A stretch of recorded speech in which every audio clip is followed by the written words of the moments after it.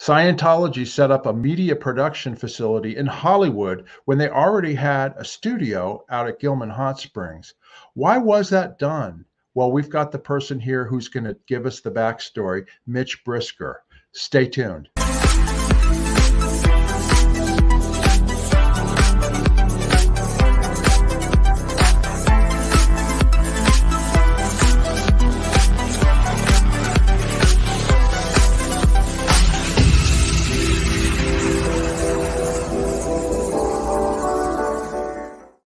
Hi, everybody. Welcome to my channel, Scientology Peeling the Onion. Janice Gillum-Grady is still on her vacation cruising the Panama Canal, but I'm here with my guest today, Mitch Brisker, who just went.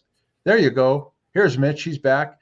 How you doing, Mitch? Good to see you. Hey, great. I'm coming to you from an undisclosed location. I'm currently mobile in the wind, so you'll have to excuse my surroundings. You all deserve better. You deserve a 4K camera and a nice set.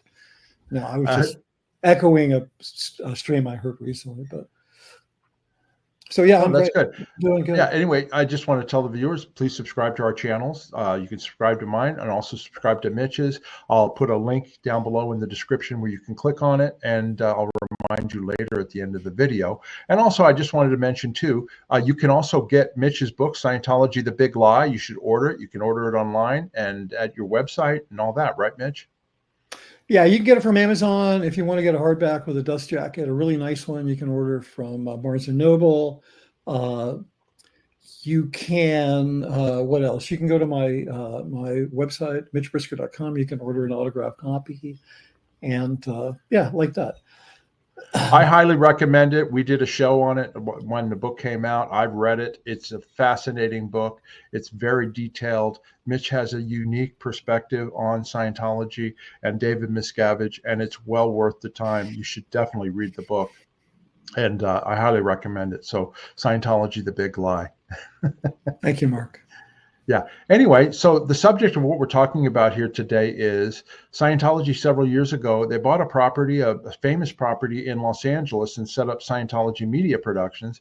And I wanted to go into the background story about it and why it was set up and all that. So go ahead, Mitch. You were intimately involved to some degree with that, right? Yeah, I did. Here in the public, I apologize. I helped to set it up. Yes, that's such a complicated question, Mark. There's so much to unpack in this question of, why Scientology Media Productions. Obviously, a company like that might be expanding and might need additional facilities.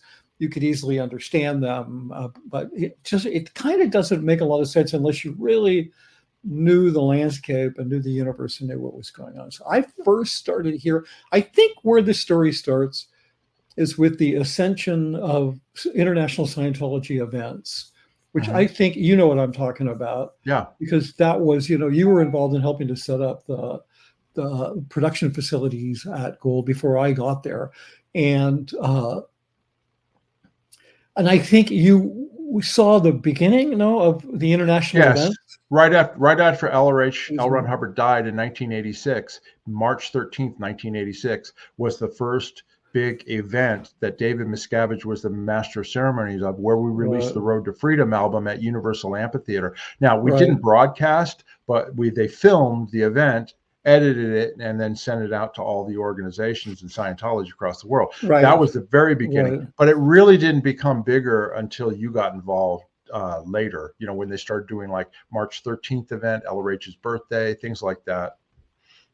Yeah, that's a pretty new thing. People don't realize it, but those international events, and they became the number one way of that Scientology or that Miscavige was able to generate income. I mean, the IES event that's going on right now, that is without a doubt their biggest income. I mean, that's kind of their Black Friday weekend. Is it Friday? Yeah, I think it's Black Friday. Yeah, that's the weekend where they make it all. They just make it up, Yeah. So yeah, it's really the international event. So then what happened was, because Golden Era Productions, as you know, was set up, it was Ron's cine organization, meaning it was set up to make the films that he deemed were necessary in order for Scientology to expand and survive, right? And so that was a big deal. And then simultaneously, they set up international management there across the street. right? So, gold, for those of you who don't know, it's out in a place called Gilman Hot Springs, which is near Right. Hemet, about 90 miles east of Los Angeles. And it's bisected by Highway 95. And on one side of the highway, you have international management. You had David Miscavige's old headquarters, no longer is. You had all these the kind of the lieutenants, the top lieutenants, and the top organizations, and everything was run from up there. Right? That's not the case anymore. We'll get to that. So Miscavige, over the years, he started developing these events, and then these events would conflict with film production to the point that, because generally speaking, the films didn't have a hard release date. They kind of got dropped when they were done, and it worked strategically. But the events, March 13th, New Year's, and May 9th, whatever it was, the maiden voyage on, what is that, June 6th. I still remember that. They were all calendar events. Yeah, the calendar events, they're like Christmas, like it's going to be here, like the ground's rushing up. So what would happen was, and it's usually 4 or 5 times a year, all production would come to a screeching halt at Gold, and the entire crew would just drop what they were doing on a film, which is just a bad idea. And then they'd go over to producing an event. And usually the experience of producing an event would be a little bit like a baton death march. I mean, people would be up for days. There would be lots of, Miscavige would want bucket loads and bucket loads of material produced so he could go through and pick which, and and then, of course, they developed these very technologically advanced methods of broadcast, of recording them so they could be broadcast to churches via satellite later, or recorded and delivered as some kind of digital media format. They would hire the same company that did all the remote recording on like the Super Bowl and stuff like that.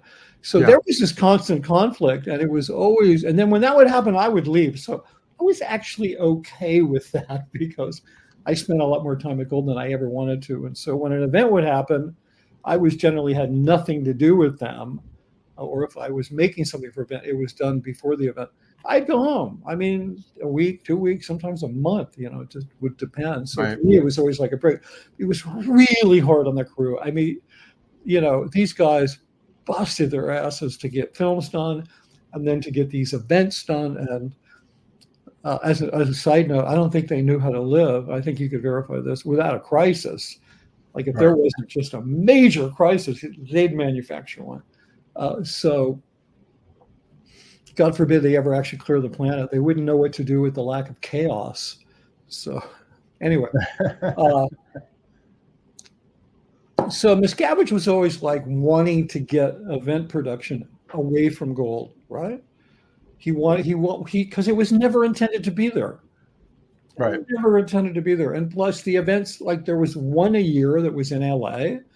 And one's in England, one's in the Caribbean, one's in whatever. So Clearwater, whatever. Yeah, Clearwater. Yeah. So there's no reason to be in LA. I mean, to be at Gold. So he was talking. I started hearing grumblings about this maybe in the mid 2000s. Like we'd be at a meeting and he would say, like, "Hey, Mitch, how would you like to work with people half your age?" Like he was trying to push my buttons or something. Which I was fine on. I thought great because I was always hoping there'd be an influx of talent, Sea Org, professional. I didn't care, so that I wasn't needed anymore. I could kind of, because for me it was always a temporary mission, a temporary post. So then around the time, and he'd found a few different places, right? He was exploring different properties and so forth. The idea was, let's get events out of Gold so the Gold can produce films. Okay, so then the hole happened. Then there was concerns about an FBI raid. Then there were concerns about his own, I believe he had concerns about his own personal safety. That he didn't feel safe letting those people out of the hole, because who knows how many of them, the first thing they would have done was just tracked him down and just ripped his head off, right? Because I know personally, he told me that I'm never coming back here. This is in 2013. He's leaving. He said, I'm never coming back here because too many people effed me over, right? Just that statement's enough to make you actually want to believe in Scientology. Because, you know, the rule in Scientology is that if a person is really complaining about somebody, they probably committed a crime against that person. Right. So here he is now worried that the people that he incarcerated effed him over, right? So he left in 2013 and kind of reset up. You know, they bought S&P. It wasn't ready yet, so he moved to ASI and worked out of ASI, which has always been a headquarters for him anyway. And he has a residence behind that. That ASI, if people don't know, that's Author Services. They quote unquote handle all of L. Ron Hubbard's fiction work. They're like his literary agent, but they're really just part of the smoke and mirrors financial contraption that is used to keep the government completely fooled about their finances, because it's yeah, and that Author Services property is on Hollywood Boulevard, right by near the old man's Chinese theater, Grauman's Chinese theater, right? Yeah, it's almost across the street from what is that? The theater where Jimmy Kimmel does his show. What's it called? The El Capitan Theater. Yeah, whatever it is. Yeah, he's like catty corner across the street. Yeah, they got both ends of Hollywood Boulevard. I mean, on the one end, they've got the HGB, that whole property. And then on the other end, they have Author Services and the Able Building, which is a beautiful building. It's like right next door to Author and Services. The Hollywood Inn where the test center. Yeah, and the Hollywood Inn right in the middle where the test center is. They reportedly, I don't know if it's true, they are probably one of the largest real estate owners in Hollywood itself in terms of value of property and where they're located. Yeah, I wouldn't be surprised. And then, of course, as you recently brought to my attention, they recently purchased the old Charlie Chaplin studios, A&M Records. Right, which hasn't been confirmed yet, because we had Tony Ortega look into it. And knows, but it was announced by Disney that they sold it and that Scientology was the buyer for it, but who knows? Yeah, there could be some politics going on. Maybe Disney was trying to close the deal. Yeah. And Miscavige hadn't fleeced enough of his big donors yet to come up with the down payment, because he's going to pay for that with new money. He's not going to dip into his own reserves for that. So anyway, there's where we're at. He wants to get event production out of Gould, right? And he's been looking for a place. I also think he's just really concerned about the way he's ran the international base into the ground. Like, he's incarcerated all these people. And so he wants to be somewhere else. So he opens the studio. Now, you would think that a sane person would then gather the crew together at Gould and say, I have some really good news for you. I have found another studio so we can finally move event production out of here. Because the event production tore these guys up like 4 or 5 times a year. Yeah, it was like that was hell on wheels, you know. It was the worst. It was the worst, and it excused to any degree you wanted to be your worst self. I saw this in people. Yeah, needing to get something done for an event was a perfect excuse to just be the biggest a-hole you could possibly be. And really like you said, I was out of Scientology and the Sea Org in 1990, right? Right. But after the IRS tax exemption and all that, and they started doing all these events and stuff, right? I observed from out here, seeing these things, that's how Miscavige was going to run Scientology, was through these events. And like you said, that was the big money maker and the driver to keep, we have a new release, we're going to do this, we're going to do that, right?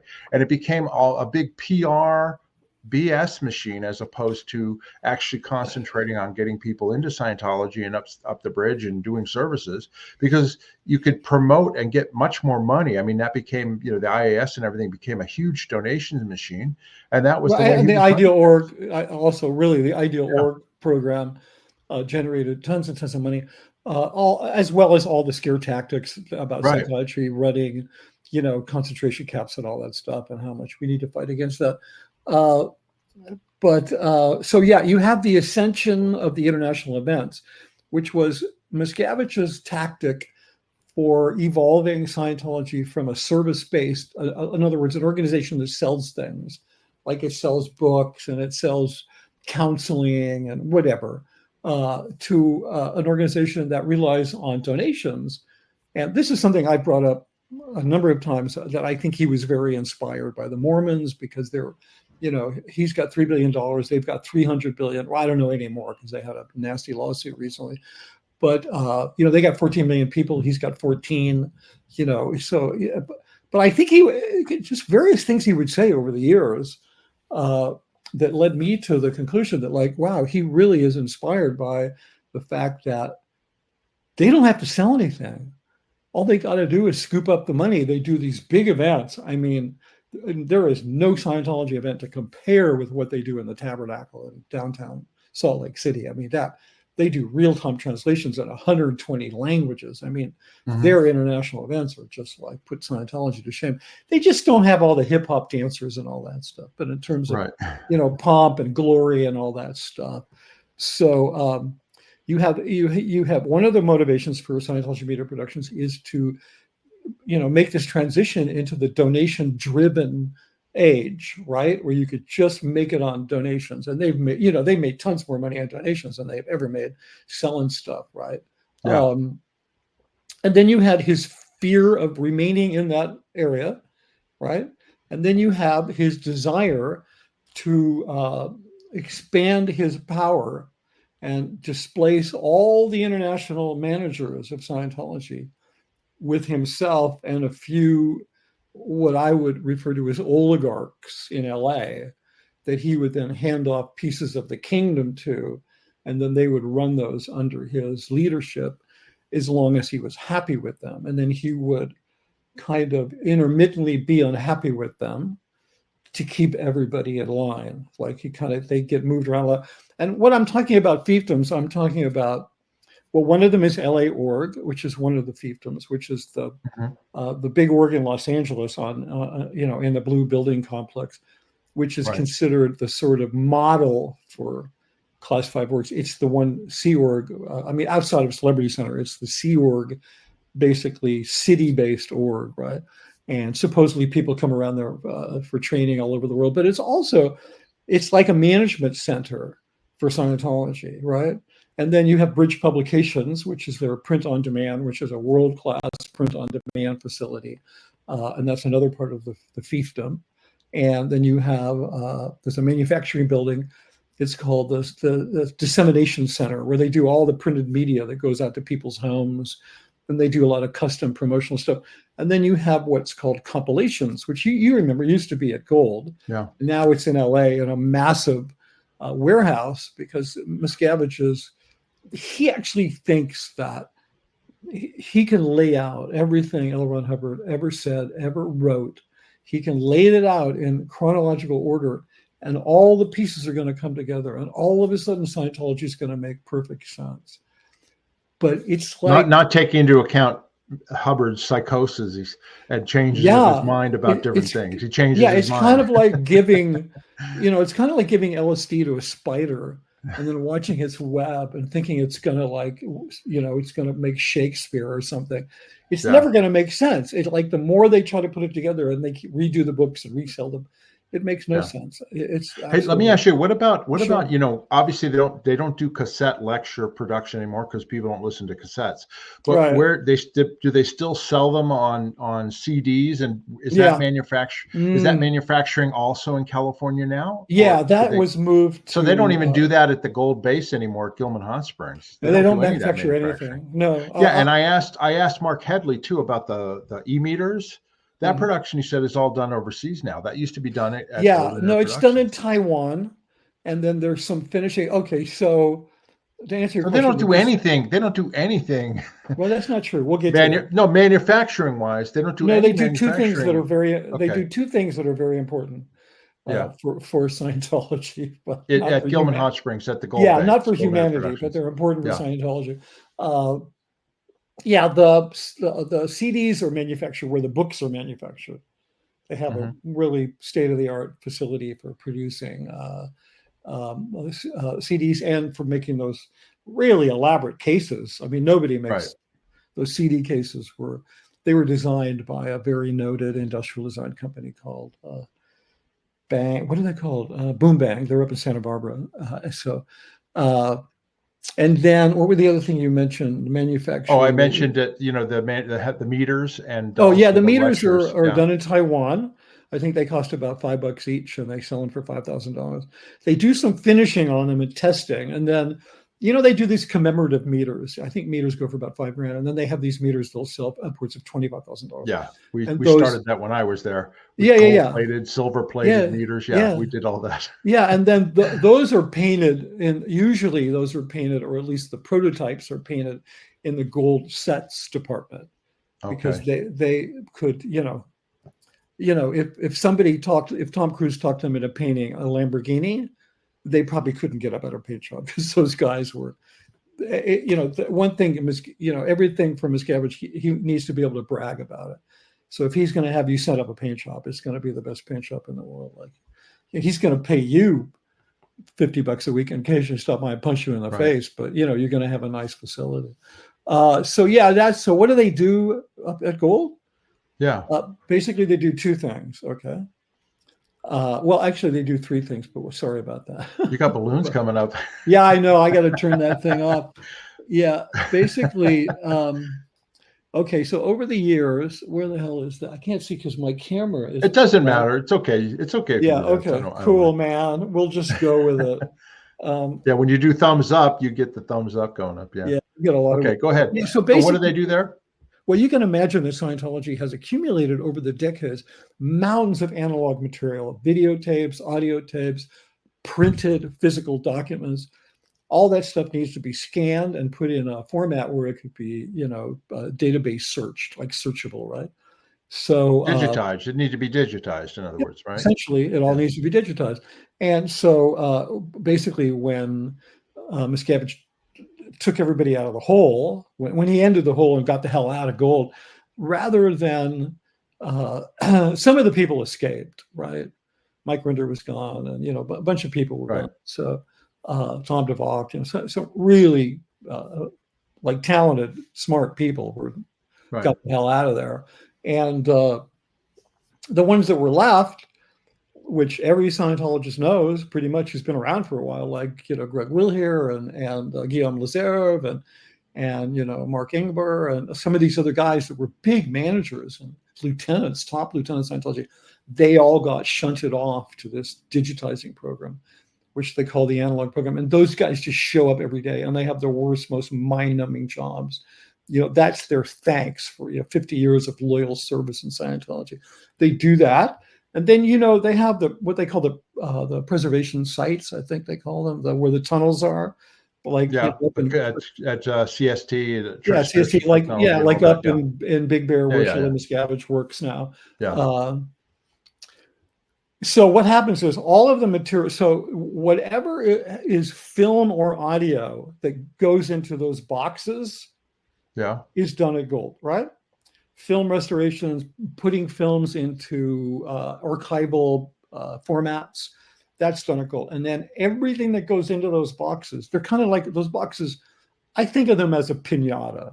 You just throw shit in there, whatever shit you're going to throw in there, right?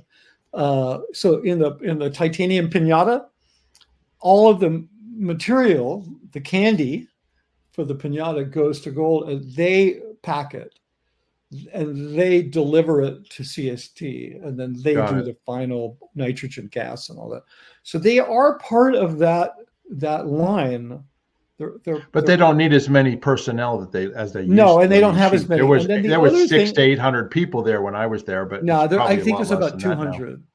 Yeah, there's about 200. And then what about the movie? Well, that's the other thing that they do, is they make films. Like they make films for the TV network, and they make the technical training films, the films that I went up there to make and complete, which, I did a bunch of them over that I did. I did all the ones over that other people did. They're going to do them over the ones that I did, not because I'm an SP, but because they're just always going to do them over. So they're kind of why? What's the reason for that? Well, I mean, there's one is the practical, always because, well, the real reason is because there's just so many suppressive persons in the films. Oh yeah, like that's the main reason they were redone. The other reason is, like, when I went up there, I made I made some films, and there were a bunch of films already made, And then the new films made the old films look so bad that we had to redo Right. them all. And then, Miscavige loves to present something new, like, oh, we redid this film because we found, it's always we arrived at a deeper understanding of what L. Ron Hubbard really meant because we found some document somewhere, right? And we noticed that some transcriber had put the commas in the wrong place. Yeah. And we solved all that, and we remade the film, and we're bringing it to all you. A bunch of BS. Yeah. Yeah. So, I mean, they love doing this. And plus, the tech films are so, they're so crucial to the whole personality of Scientology and to how it does its training that it's kind of, you don't ever want them to kind of look stale or old or dated. So,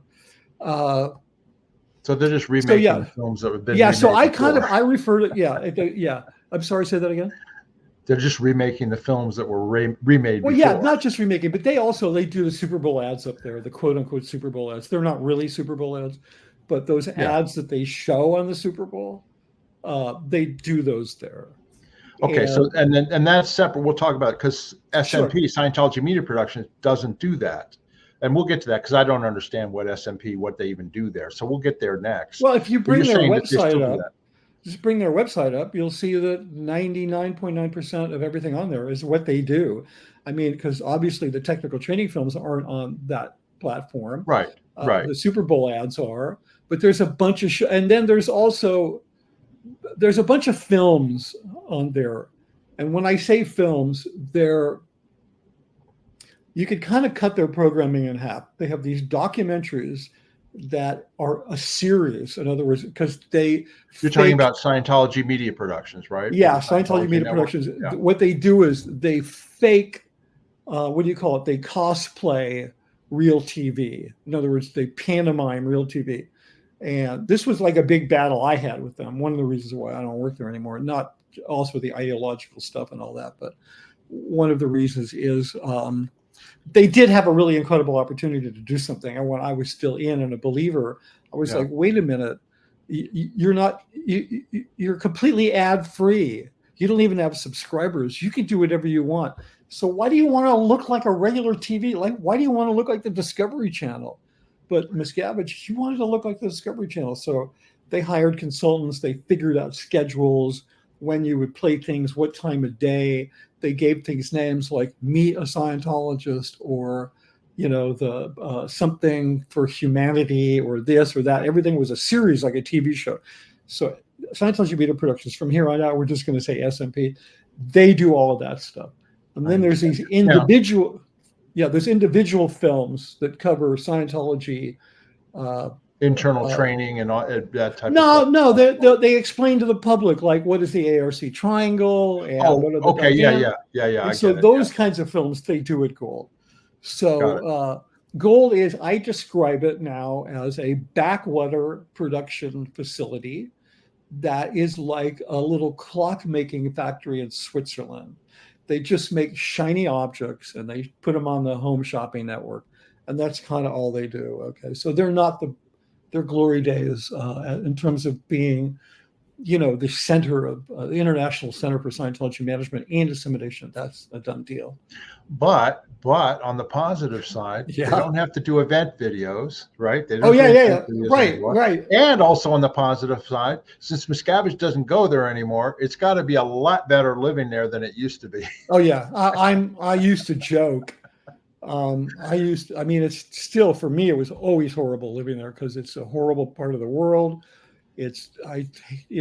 Plus I couldn't go home from work every night. I could only go home on weekends, so it was pretty dreadful. And it was like that. It was like that when I was there. When Miscavige was spending most of his time in Los Angeles on the legal cases or whatever. Yeah, he might come up to the Gold Base. He might come up to the Gold Base once a month, sometimes once every 2 months. Yeah. So when he wasn't there, I had to report to him daily what was going on. Yeah. So there still was that little tension line. But oh my God, people got liberty. You got to have exercise time. You got to go to study. You weren't staying up all night. So it was a much better living situation than when he was there causing trouble, Well, that would happen occasionally, even when he was there, when I was there, because it would get to the point where everybody was so unhappy. And then he would come in and say, okay, we're having steak and lobster and you can all exercise and blah, blah, blah. And then it would convince everybody that it was their fault, that he was the good guy. So he was always doing this narcissistic, abusive push-pull thing, like he built one of the best industrial kitchens anywhere for his staff and made sure they got organic food. I was there when he did that. Overlooking the fact that they had children at the ranch growing the organic food. Not that growing things is bad for children, but it's still. And then I would see the staff eating rice and beans for 6 weeks. So it was this big push pull always. But I want to just address one thing before we forget about what you said was it must be so much better with him gone. So as I started to say before, you would think he would gather everybody together and he'd say, I've got another studio. We're going to move event production to there. Thank you very much for your years of hard work developing these events. And now you're going to be able to focus on films. Like that would have been a real leader. But you know what he did, Mark? He said, because you fuckers never figured out how to make events, how to produce events, I had to spend $100 million on another studio. I'm leaving now. You can all fuck off. Basically, that's what he did. Well, and you know what? That's his pattern. That's how it was when I was there too. It was always you guys messed up, and I'm coming to save the day. And I'm going to put you down because I had to do this and step in and do it. That's been his modus operandi for years. No, totally. No, it's very much. So let's move now to Scientology Media Productions was found that was in Los Angeles, right? And I said Los Feliz area. Is that a good description of where it's down the street from Los Feliz, but it's more smack dab at the gateway to an area known as Silver Lake, which has always been a very gay-centric, LGBTQIA-friendly, creative corridor. It's a real hipster sort of focused, inclusive area. It's really kind of funny that they're on the outskirts of it. But and I looked at the map. They're not far away from the Big Blue, the Cedars complex. Oh, no, these guys that are protesting. They're at Vermont and Sunset. Yeah. Oh, yeah, you can walk. I mean, the guys, this is not a criticism on the protesters, but, hello, David Miscavige's office is right down the street. I don't know why you aren't going there to protest. Because, reach out to me and I will write you a script of all the things that you need to say, like, where is Freedom TV? Which we'll get to that. But, it's there. And it's the old KCET studios. Well, yeah, right. Is that what it was, the property? Well, the most recent landlord, tenant rather, owner was KCET Studios.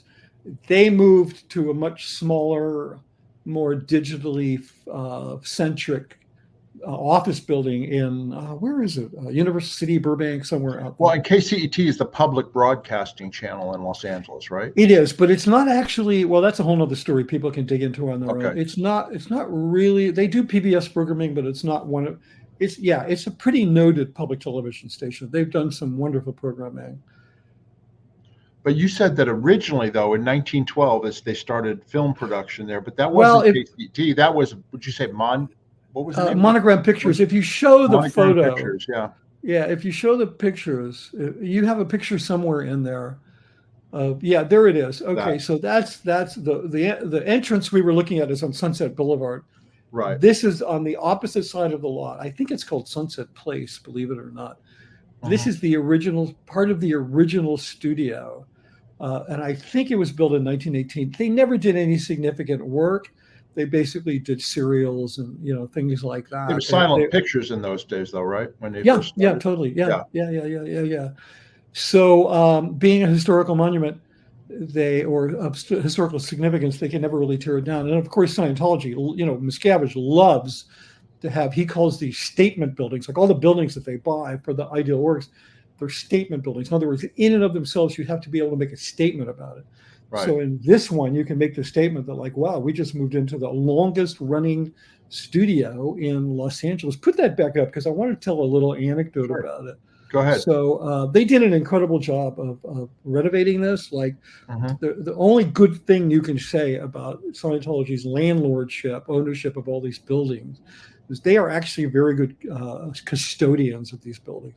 These buildings get very well cared for. They brought in Gensler Associates, so it's an internationally acclaimed architectural firm which does all of the ideal orgs. They brought them in to do this building. So yeah, because it's great PR for them. Like, what kind of we're not an abusive cult. Look how well we restore our buildings. Yeah. So this is the other. Then this is this was built in the 70s. So you have this weird combination. Yeah, but I'll tell you, if you, I just want to say one thing. If you go back to that photo, I'm going to tell which one, the old building? Yeah, the monogram pictures one. Okay, yeah. So that inside that door, that's the L. Ron Hubbard office, right? Because there's always an office. They have an office and then a little conference room dedicated, a little museum to Ron. And, it's not idol worship. It's, according to them, it shows that they're true to the aims and ideals of Scientology by having an office for Ron. It's not that we think he's coming back. Yeah, bullshit. You think he's coming back and, you want to have an office for him. But anyway, mounted on the wall, this is crazy. This just made my brain go funny when I was there. Mounted on the wall, and there's a little shrine to his filmmaking career. Ron the filmmaker. Yeah, Ron the filmmaker. His he spent 10 weeks in Hollywood as a screenwriter. Right. Which, if you go to Hollywood and you spend 10 weeks, there's one of two things happen. You fucking hated it or you got fired. Right.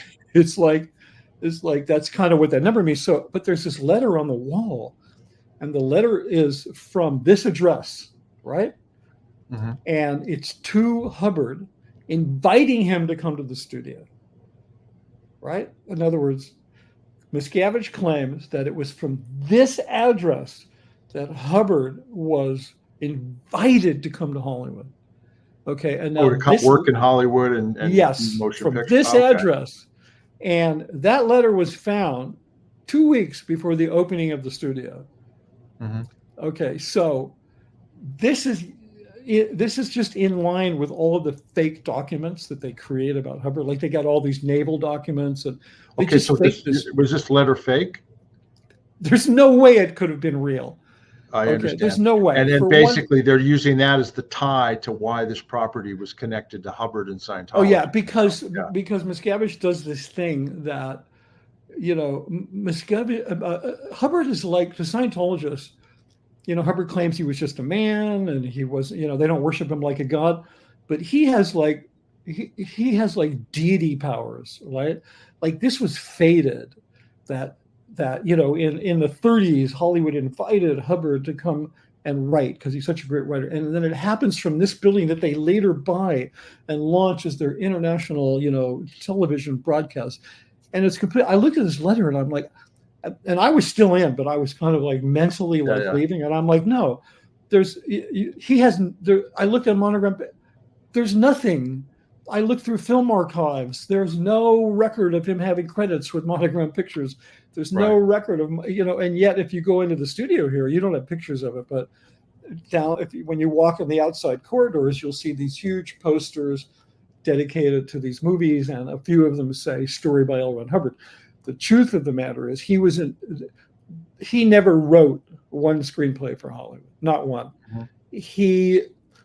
His pulp novels, his dime novels, were used as source material for some serials, and so he got story by credit, and he came out for 10 weeks to work on some of these stories, but then it wasn't like a career. And boy, but they're like, he was like, hanging out with Clark Gable, and he was like Mr. Hollywood. And it's insane. So yeah, that's wild. So anyway, so let me ask you, so they bought this property obviously for millions of dollars, right? But it had been closed for a while, right? KCET. No, I think KCET basically they just moved. They found this property, KCET, and he bought it with the intention of renovating it and making it the broadcast center for the live events, right? No. Okay. No, they were never going to do live events from there. They were going to. No, I meant, but didn't you tell me that they were going to do they wanted to separate the events out from the technical. Yeah, event production meaning produce the events, like edit the Right, events, organize the Yeah. events. Yeah, they moved all of that.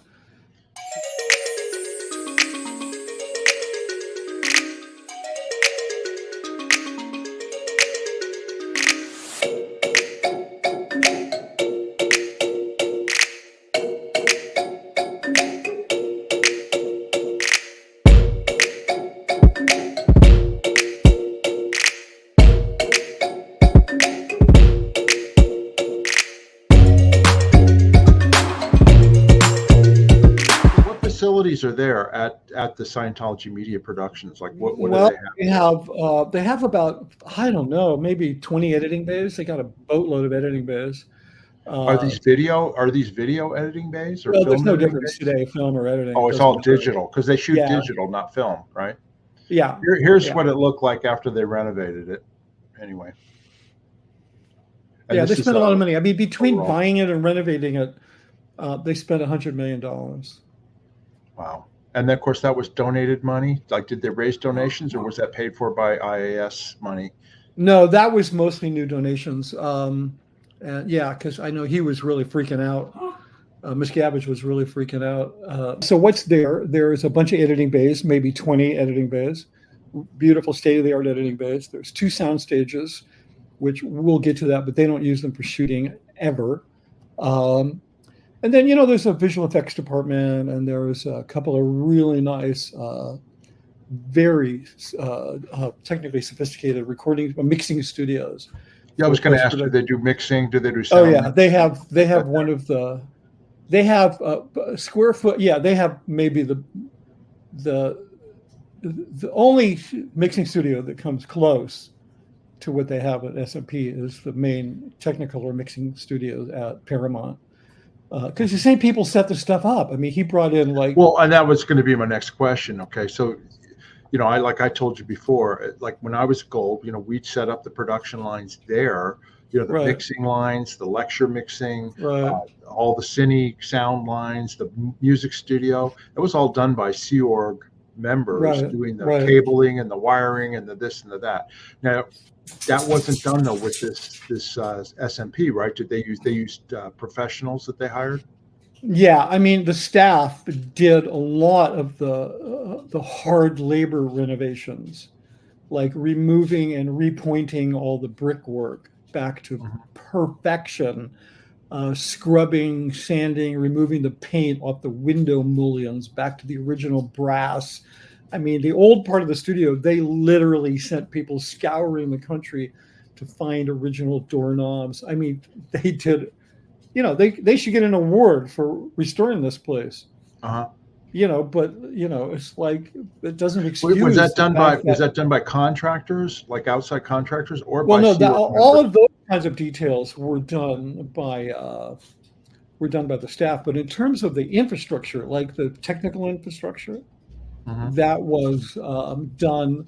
I don't remember the name of the company. I remember the executive who did it, but they had done infrastructure for all the major studios, and so they brought. It doesn't surprise me because our little crew, when we were doing the lines for L. Ron Hubbard up at the Golden Era Productions, I mean, we had like a handful of about 8 guys, Yeah, and plus they did it, but it would take forever to do, but we would get it done. Yeah, but plus, to do something this massive scale, you got to bring in technical experts to do it. Well, yeah, I'm just surprised I think that when Miscavige trusted them, Yeah. Oh yeah, no, because these people had reputations.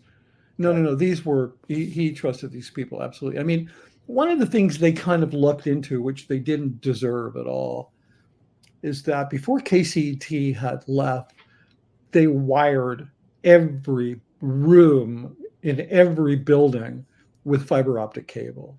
Right, and they never deployed it or deployed very much of it. So that whole place was already there. That's great. Yeah, and it was there and it was complete and it had never been utilized or really fully deployed. So basically, Miscavige brought in a company that had done infrastructure like for Paramount and Sony and MGM and Warner Brothers. Like it just was one of the top digital infrastructure companies, and just said, "Look, you know how technology is is laid out in layers, right? Based on, technology evolves, right? So it's not all from the same, right? But he basically gave these guys the assignment. He said, if you were going to, from the ground up, do anything you wanted to a new studio to make it as technically perfect as possible,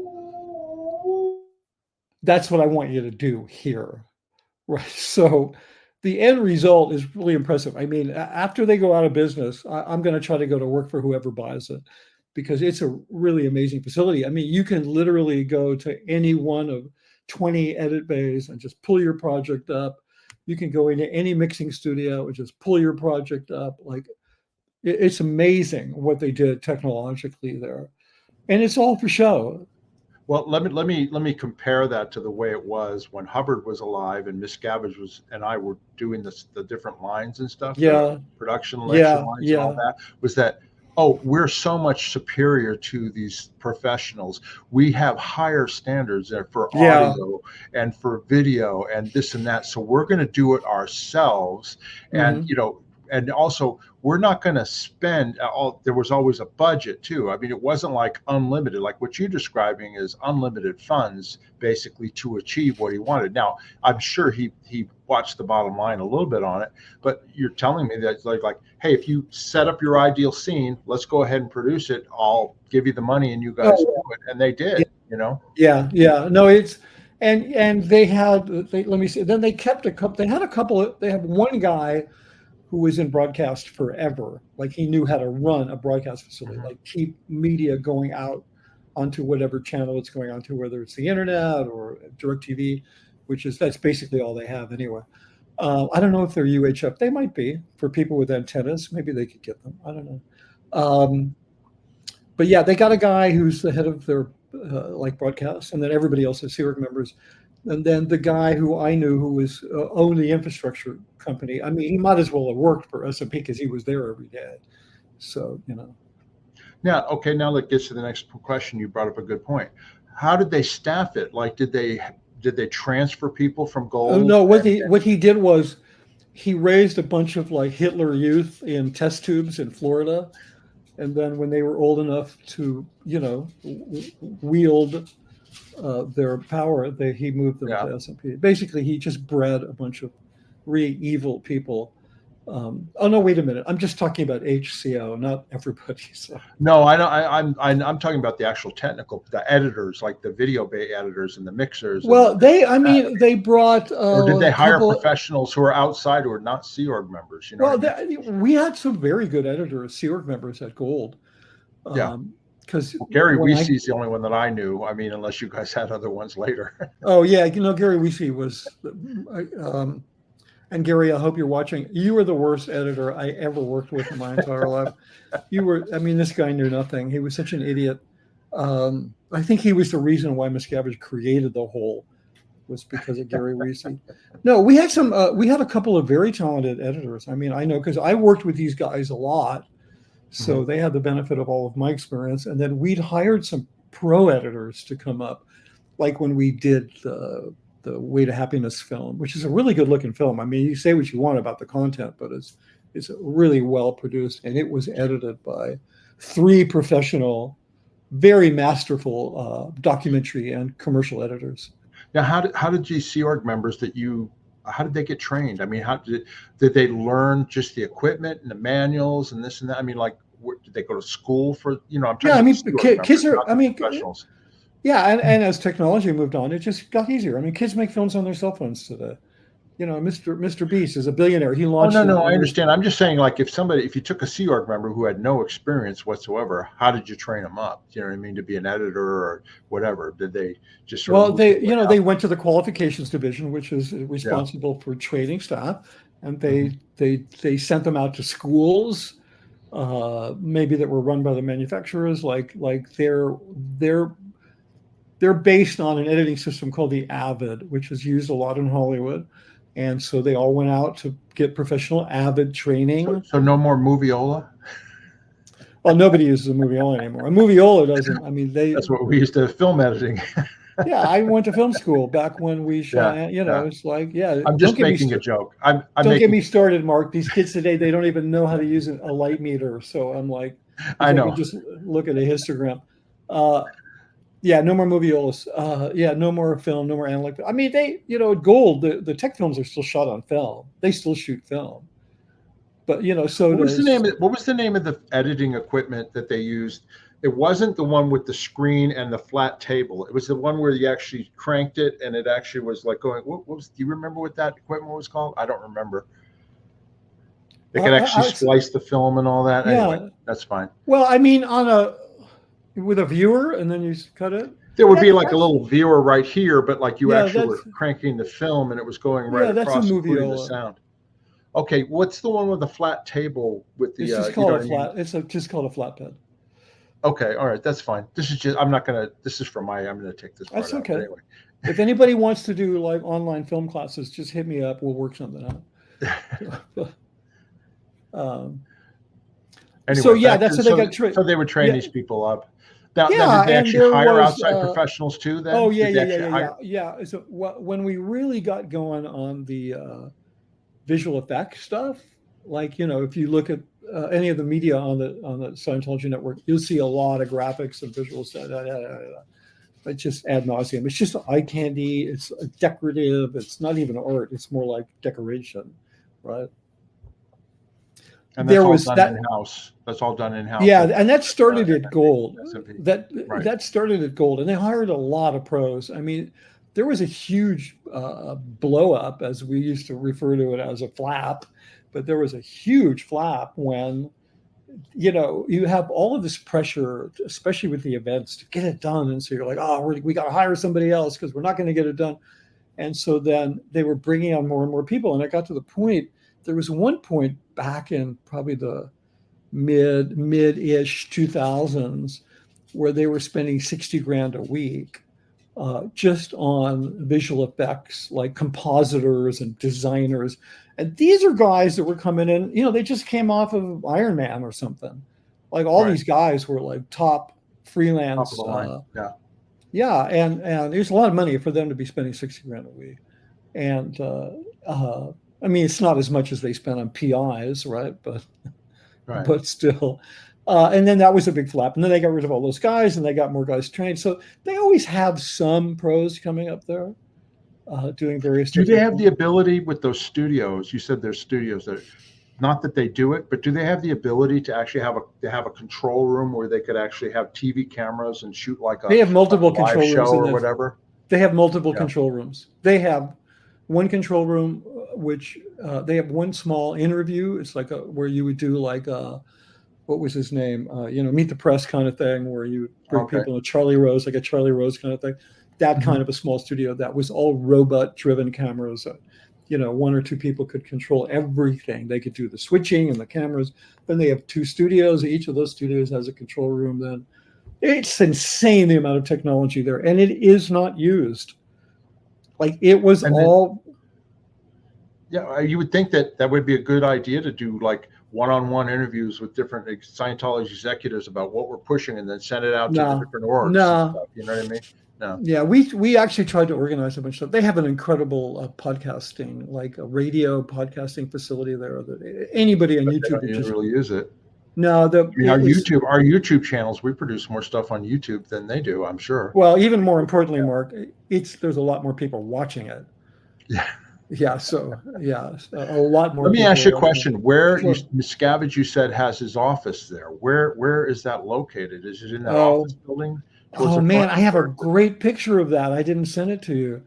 I have a picture that right across the street from here, there's a gay bar, and Rachel Hastings, my dear friend, she and I work together there. She's she's gay, and she was their lead cinematographer, and she sent me I've showed this on YouTube. She sent me a photo. She was at I think it was a drag event. At this bar right across the street from SMP, and she sent me a photo from the doorway of Miscavige's office with the light on, but you can't see it from this angle. Yeah, you can't see it. It's okay. There you go. Hold on. So his office, that building there with the red brick facade in front, that's the administration building. So in the bottom of there is a main reception. The second floor, there's like Freedom Magazine, which we should talk about, is there. And what else is in there? Oh, all the printing is designed and coordinated from all the magazines is there. And then somewhere, top floor, about 2/3 of the way back, is Miscavige's office. Mm-hmm. So yeah, that And would is be. that his main office that he uses when he's in LA now, as Well, opposed when to? I was working with him, yeah, it was between there and ASI. So because Right, he and then was he live, lived next door, and he lived next yeah, door to yeah, he ASI in was that living at apartment the El complex. Cadiz behind Right, ASI. So right. I'm assuming that he would start his day there, and then because he'd usually show up at S&P in the afternoon, Got it. early afternoon. Got it. Now, so they started producing stuff for all these different events and that type of thing, doing recording and mixing it. Did they do music production out there too, or no? Yeah, they have an entire team of musicians, different than the gold musicians. They have a couple guys. They have a kid, very talented. I refer to him as the Korean Justin Bieber. He's an Asian kid who's, I guess he's half white, super cute, great guitar player, performer. He plays at events. I mean, it's so tragic that this kid is trapped in Scientology. He should be a recording artist, having a wonderful career and expressing himself. And then they have another guy who's an Italian pianist, composer. He's married to that singer. What's her name? Elena? You must know her. Ruggieri. I She's a don't. very big singer, pop star in Italy, Scientologist, and her husband and she joined the Sea Org some time ago. He's a very good composer, and they're like people that joined with money. Like he drives a fucking Tesla, blah blah blah, because he made a lot of money. It's just horrible that these people are trapped, Now, I believing have that one they're more doing question. something. I have one more question about the staff and the Yeah, facilities there. Where do they live? The Sea Org members, do they have to live at the Big Blue complex? Is that where they live, or where do they live? I'm not sure. I think they live in different places. I think Rachel, when she was on staff there, I believe she was at the Anthony building, which is near the complex.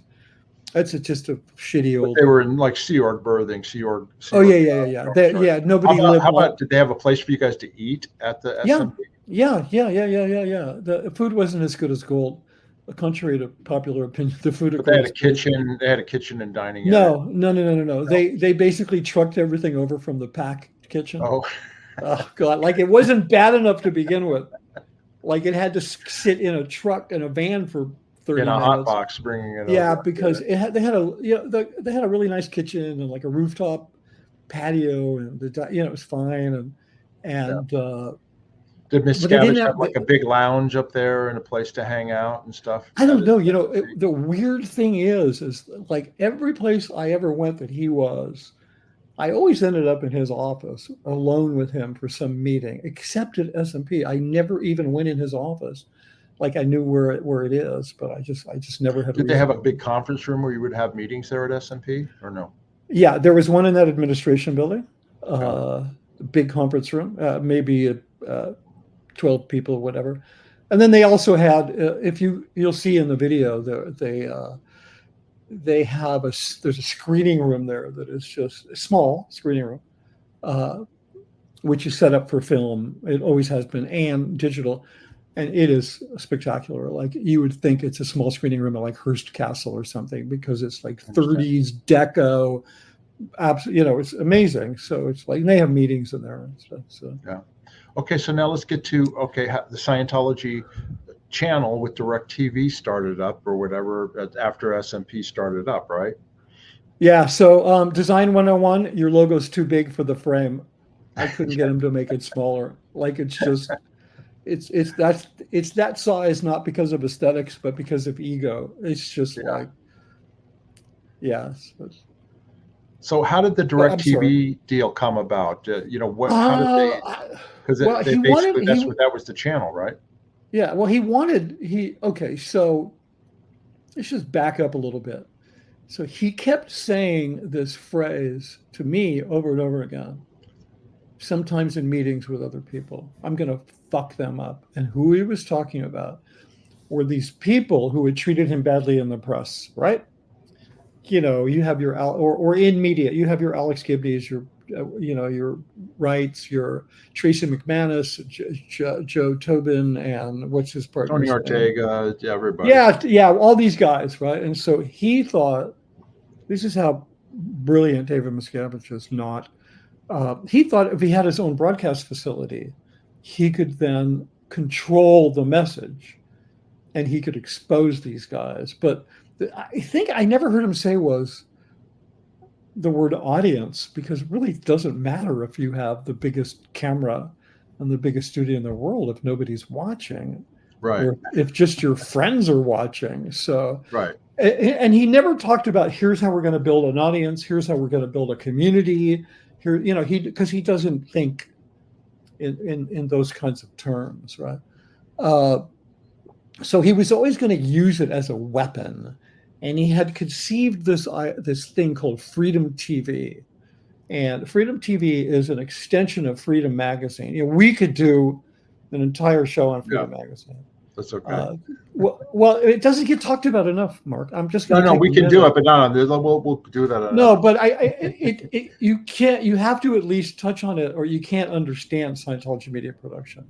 Right. The entire motivation for it was to create a thing called Freedom TV, which would be a broadcast component of Freedom Magazine. Freedom Magazine is the tip of the spear. It's the narrow end of the wedge for Scientology's front groups. Okay. Mm-hmm. Like you never hear people on YouTube, they talk about the front groups, but they don't talk about Freedom Magazine.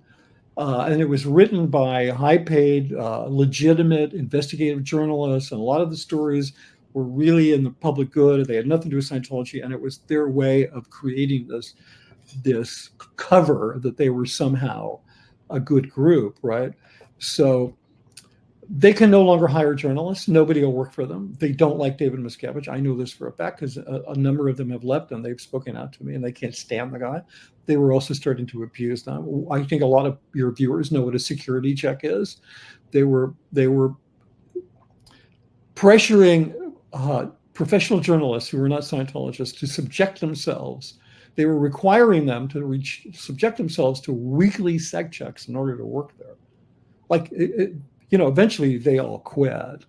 And they never got Freedom TV off the ground. It's like this whole endeavor was all of their investment and all of their time was done to create Freedom TV, and then do some other fluffy PR stuff.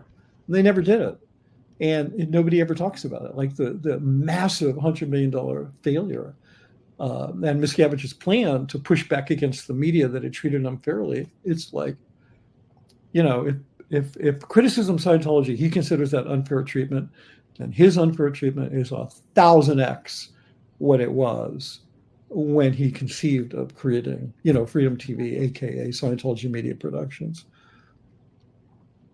I think I answered your question. No? Yeah, you did. Well, then we're going to get into like, how did the DirecTV thing come about? Because right. I mean, they launched the network. Because here's my view on it.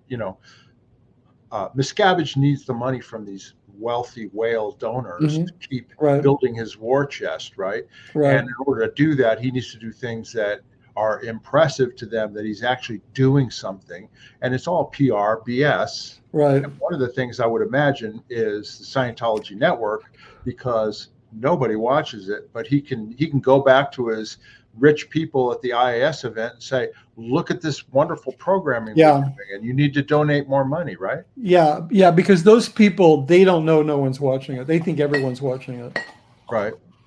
Yeah. So absolutely. Because I remember in the run up to the opening, I was there for the opening, not for the launch of the station, because when the station launched, by that time I'd been busted for being, too spicy and a naughty boy, because we know that Scientology doesn't like naughty boys. So, and I was back at Gold working, so I missed but I can tell you this: in the run up to the opening, he was livid. I mean, he was losing his shit, because he's like, I have donors that I have to answer to. We have to get this place open. Like, that was his priority. So that was, I think, when I witnessed that, it was the first time that I was kind of like, wow, that's what you're worried about? You're not worried about getting your message out to the world? You're worried about like your donors, like these, the Bob Duggans and whatever of the world that gave so much money, right? And bought those $15,000 meters that they sold to support the fundraising. Yeah. So yeah, it was definitely a big fundraising thing. So, But how and did then they get the DirecTV? Did they buy it? I mean, like, did yeah, they bought it. they pay Okay. So for it? here's the story real quick. They had a guy there who was a broadcast professional, like a consultant, right? Right. And he had worked for, I'm assuming that this was the connection because he'd worked for DirecTV. He helped them launch their digital platform. Like they're Mhm. also on, phones and whatever. So he helped launch that. And so I know he had a very close relationship with DirecTV. Like, DirecTV is considered coastal. Like most of its subscribers are East Coast, West Coast. And then the middle of Not the in the middle of America. Yeah. No, the middle of the country is covered by that other one, the Kangaroo, the Hopper, whatever it is. That other, what's the Okay. other satellite? There's another one. Okay. That's mostly the middle of it. So DirecTV is mostly coastal, and so I guess he got talked into it by this consultant because he wanted to be on TV and like, well, let's get you on DirecTV. So they started negotiating, and it was like a lot of money, right? And Miscavige was very adamant. Like, I don't want a 1-year contract. I want like at least 5 years. I don't want to be on there for a year and get bumped off, right? So the number I remember, it was something like $10 million to buy the channel, and it was in an open space where all the other religious programming is. Right. So, you know, click. You're The on. Mormon You have, channel and but the whatever. No, BYU channel or more whatever. like Yeah, yeah. BYU TV. Probably not. But Probably like the more like Christian network or the whatever. big Yeah. televangelist, Yeah, the yeah, yeah. guys that are like saying, Jesus told me I need another Right. jet. Those guys, right? The guys that are like Miscavige, they're a bunch of Right. shucksters, right? Or hucksters and shysters and whatever. So the number I remember was $10 million. And so they made this deal, and it kept going back and forth, back and forth, back and forth. And then DirecTV was purchased by AT&T. And as soon as that happened, next day they got their channel. Like AT&T was like, yeah, we'll take your money. It's just like it's nothing to us. It's just sitting there. It's an empty It's space. an empty channel. Yeah. Yeah, sure, we'll drop you in there. Whatever. Thank you. That'll be $10 million. Thank you. It was just weird. It was like, and So then he was able to, so then he was able to launch it and announce it to the world, meaning but his keep in mind donors. this is like what a bad job we're all doing at creating the truth about Scientology. This was well, maybe that's not true. Maybe this is about greed. But that was approved by the board of directors of AT&T. That was like no small matter. Like that's a board matter for them that they approve somebody to be on the network. So I don't even know if they own DirecTV anymore. I know they dumped HBO and a bunch of shit. So yeah.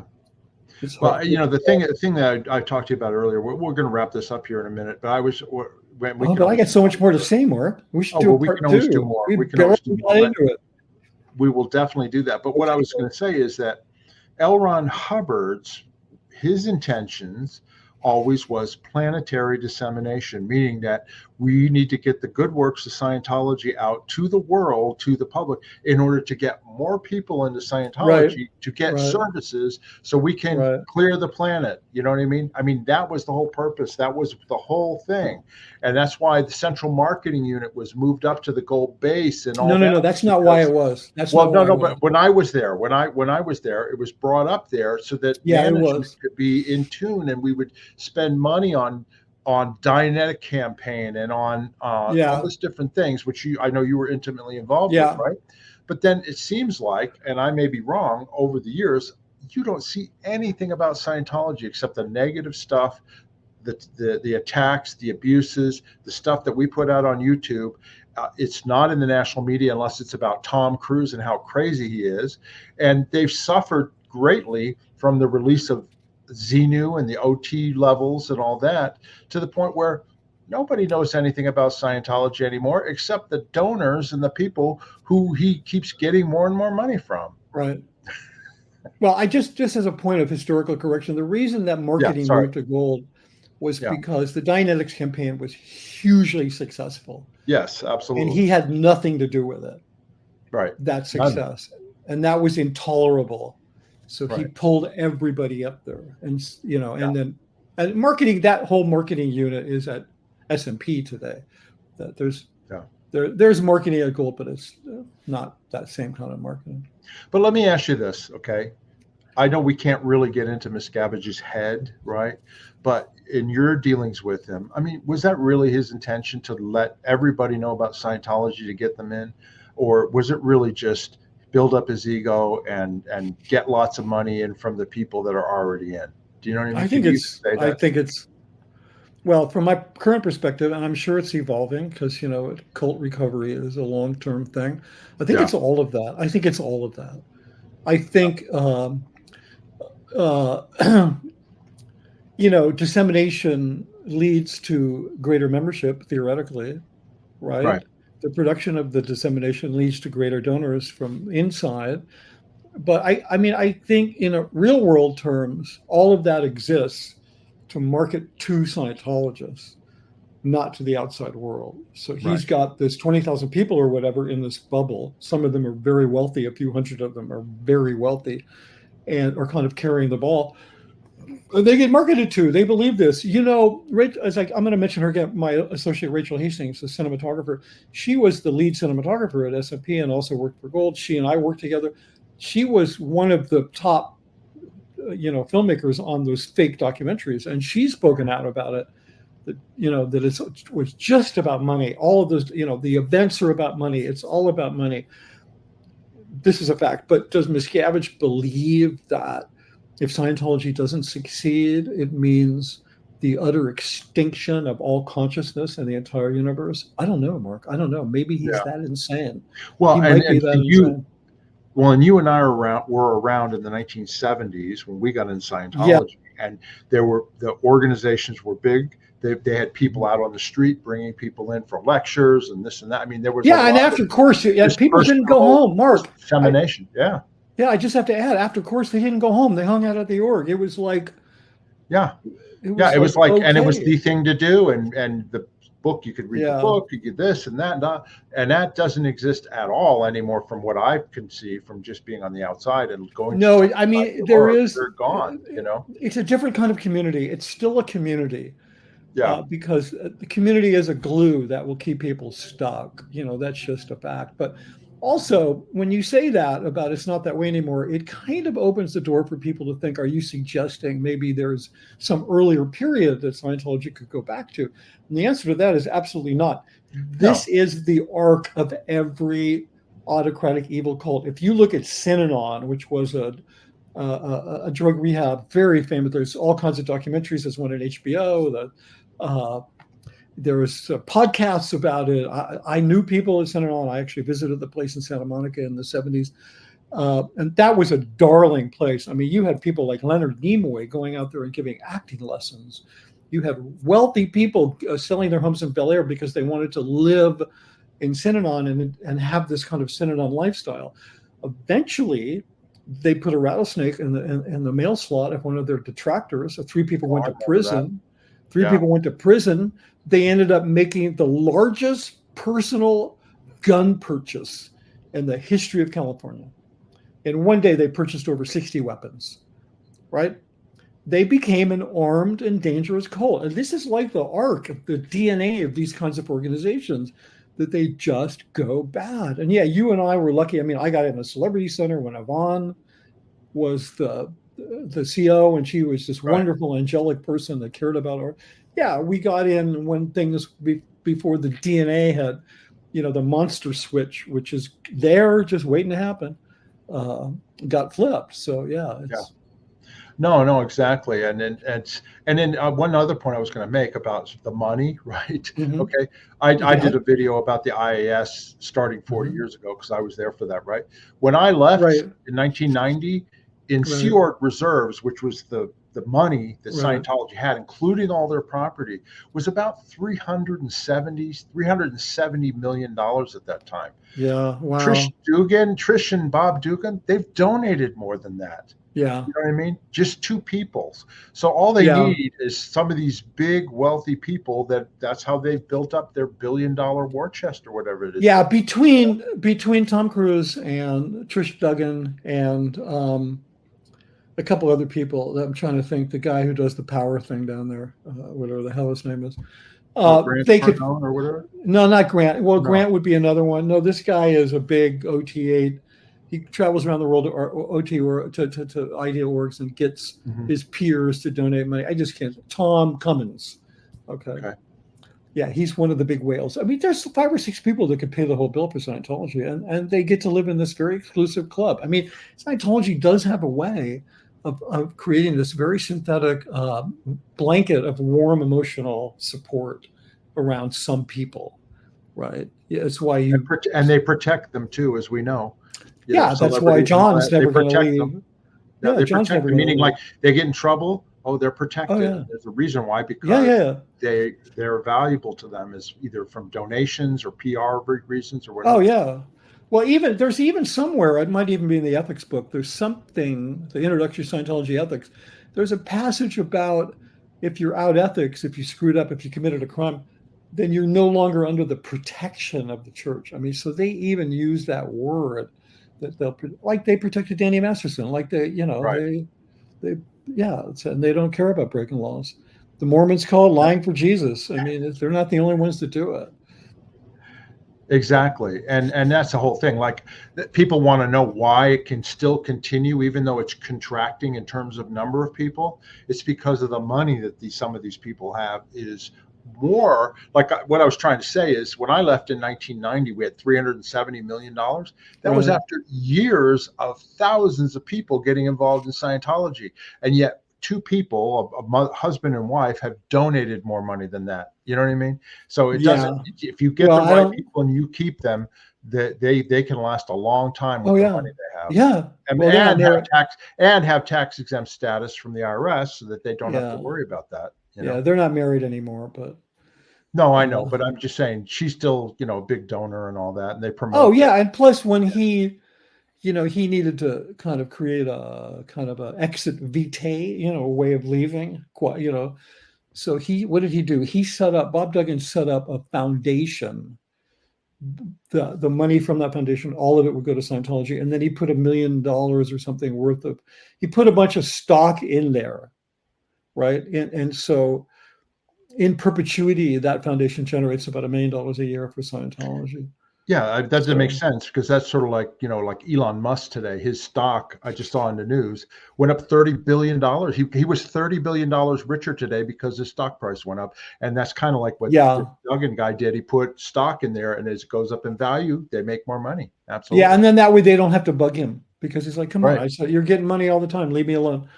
So, I know he donated a lot for S&P. I know that because he was in the front row at the opening. So. No, absolutely. And of course, they're over there stroking him right now. Not him, but the big donors at the IAS event for the 40th anniversary in England right now this weekend. So and they're going to get their medals and their trophies, right? Right. Like, this is a big event where they hand out medals and trophies. For those of you who don't know, this is the event where Tom Cruise did the famous, black turtleneck video. So and they I still speculate. I don't know if you have any opinion on this. I don't know who's going to take over from Miscavige when he's gone, because he's 64 years old now. I mean, and he has asthma, and he's a heavy smoker. Yeah, and he's a drinker and this and that. Yeah, he stopped exercising years ago, except wrestling with his. Yeah, and the reason I say that is you don't see any heir apparent or anybody that he's grooming. Yeah, but you know what? Publicly, maybe behind the scenes, he probably has somebody, but not publicly. I mean, I can tell you my opinion. When Hubbard died, it was utter chaos. It was a survival of the fittest, and that's what it's going to be again. Yeah, it's just going to be complete chaos, because he has too big an ego to like groom somebody. He's probably just hoping he can come back really quickly. Who knows? I don't know. I mean, the guy's insane. Who the fuck knows? I know. But because there's nobody. I mean, the old lieutenants, the old guard guys, they're all trapped up at gold. Plus, they're chocolate gold. They're not going anywhere. And Shelley Miscavige is certainly never going to do it, because she didn't have the disposition for it. She's like a wallflower in terms of personality. So yeah, and I've seen some young people from time to time, and there might be somebody, but I think it's going to be run by a cabal of his oligarchs, his LA oligarchs, in concert with some attorneys. And it'll be like a Game of Thrones, survival of Yeah, the fittest. yeah, it's just going to be chaos. I hope I'm around for it because it's It'd be going to fun to be watch. Yeah. great to watch. Oh yeah, it's going to be. Boy, if you could live stream the demise of David Miscavige, you could retire in about 5 minutes. Okay, well, Mitch, I thank you for coming on for this show, and we can think as I have some other things that we can do other shows on as well, but I really appreciate it. Great. And I just want to tell everybody, please subscribe to my channel. Hit that subscribe and notification button. If you liked it, hit the like button. It really helps us. And also, please subscribe to Mitch's channel. Mitch Brisker's channel is at Scientology-the-big-lie on YouTube. And this program you're going to see on his channel as well. But anyway, hit the subscribe button. It definitely helps us get the words out. If you've got any questions or comments about anything we've asked about, please ask down below in the comments. I check them all. I answer them. So I really appreciate it. And if you'd like to support my channel, you can buy me a coffee. There's a link in the description. Just go down there and you hit on that and you can buy. And then, of course, I also want to mention again, you can buy Mitch's book, Scientology, The Big Lie, at his website, at Amazon. It's a fantastic book. It's well worth the read. It's really detailed. It's very excellent. So you can get Mitch's book there, and I'm sure you will enjoy it. Yeah. You got anything else, Mitch, you want to say? What did I want to say? Yeah. So, and I just want to say to my subscribers, I know I've not put out much lately because I've been traveling around and organizing other things, but I will be back and doing a bunch of new content. So something to look forward to. So stay subscribed. Yes, please. And Janice will be back soon if you miss her. Oh yeah, great. Yeah. She's in Guatemala right now on her way to the Panama Canal and on around. So living the good life, but she'll be back. And I'm doing other stories and stuff about my life and stuff in terms of what I did with Scientology. So anyway, all right, everybody, until next time, thank you for watching. Bye-bye.